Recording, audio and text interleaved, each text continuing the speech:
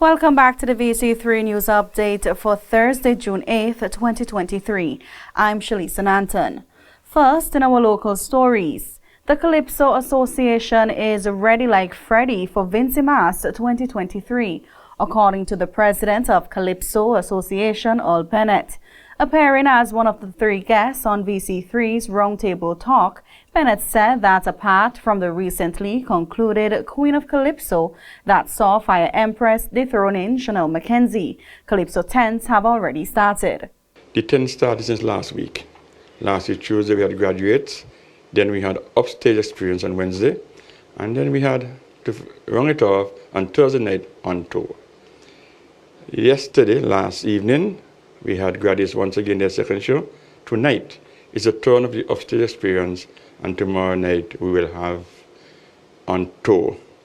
Then, on Saturday signals the beginning of the preliminaries for the National Calypso Monarch. Rodney Small, president of the Yulupan movement, who was also a guest on the program, spoke of the preparedness of the organization in relation to VinceMass. Small said that the Steel Pan fraternity began its preparations since February 26th and were followed by the recently held event dubbed Ivory Soiree.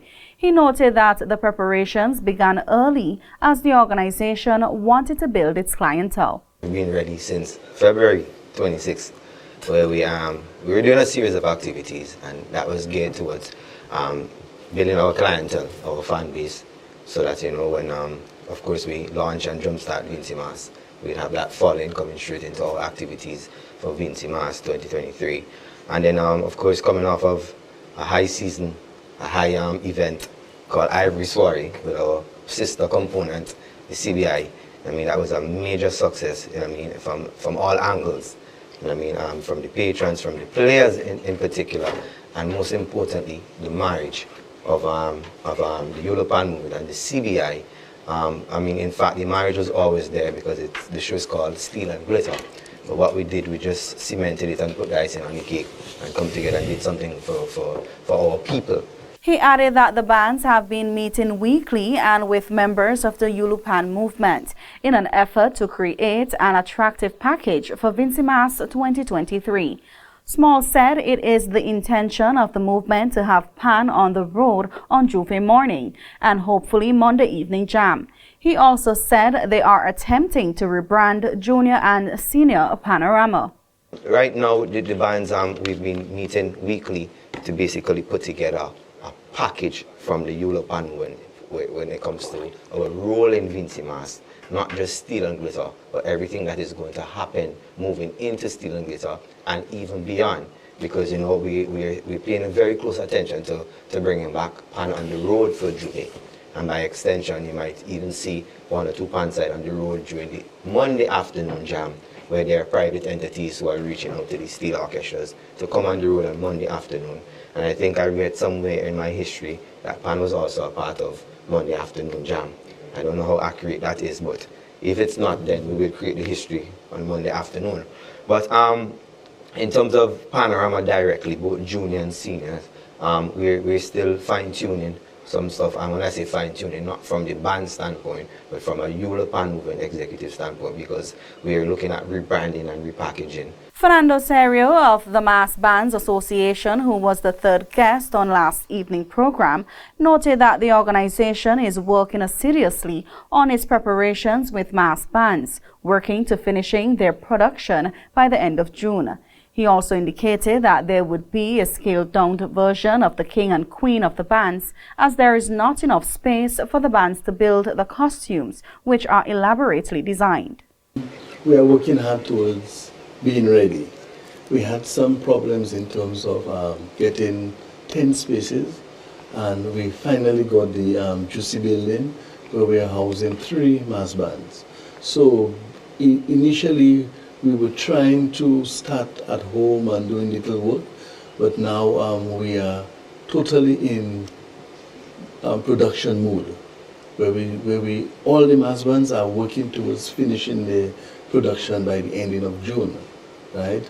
Now we have another problem with our King and Queen. We have no place to build our King and Queen. So we're trying to do what we can whether it's a junior queen or a junior king, to scale it down because the area we're in, we cannot really build big costumes there. And that's the Juicy building, right? If we try to do it, we'll have to take off them in parts, and then that would cause problems for us. So we're trying to get ready. We're working hard towards giving Vincentians and the people from the diaspora a wonderful carnival. Coming out there to enjoy yourself and preparing for what we call the hottest carnival in the Caribbean. The 10 days of non-stop fetting for Vincy Mas 2023 begins on Friday, June 30th, Fantastic Friday. The first competition would be the Calypso semi-finals. All shows for the CDC are scheduled to be held at Victoria Park. Still with our local stories, the National Parks, Rivers and Beaches Authority spearheaded the relocation of a petroglyph and oakum stone from the central leeward town of Barralee to the Walliaboo Heritage Park. Oakum stones are stones on which short marks were made in groups of between 1 and 5 notches, strokes or diagonal lines, usually on the edge of the stone. While a petroglyph is an image created by the removal of a part of a rock surface by incising, picking, carving, or abrading as a form of rock art. The artifacts were relocated due to their vulnerability to mechanical damage at the old Barralee Secondary School site, which is currently under construction for repurposing. The Walliaboo Heritage Park was deemed the best suited location for the preservation of the artifacts. The relocation was witnessed by the Minister of Tourism, Civil Aviation, Sustainable Development and Culture, Carlos James. And the recently held affiliated event for Caribbean and Latin American region, St. Vincent and the Grenadines, Tending to Tomorrow's Talent Today, technical and vocational training tools and techniques for developing states in the Caribbean and Latin America, is an indication of all stakeholders working together towards a common goal. These were the words of the Minister of Foreign Affairs and Foreign Trade in SVG, Kisal Peters. She added that it is also a testament of the commitment of the participating governments. Has shown the commitment of countries working together for a common goal, no matter their size or population difference. Today's seminar is also a testimony of the commitment that the participating governments have towards the local industry, because as we know, the GCTF hosts various workshops in different fields which contribute to the advancement of society. These include matters on societal issues, technology, the economy, human assistance and disaster relief, law enforcement, public health, and many others. Our cooperation here today is not only favorable to our local context and development agenda, but also to our commitment to SDG 17, which refers to Partnership for Goals. The minister said this country will continue to participate in regional and international initiatives in an effort to highlighting this country's commitment to regional and international matters.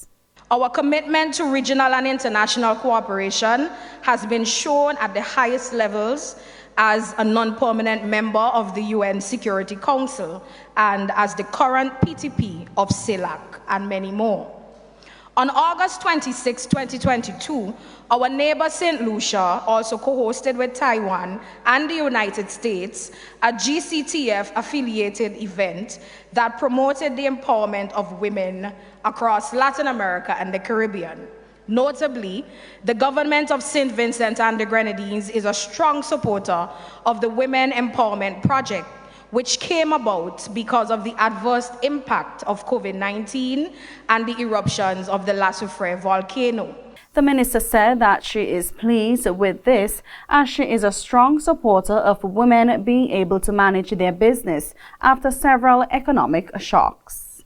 The St. Vincent and the Grenadines Calypso Association is inviting all raga and soca artists to a meeting with the Carnival Development Corporation, CDC. The meeting will be held this Saturday, 10th June at the CDC's office, commencing at 10 a.m. The meeting will provide an update on matters related to raga and soca monarch shows.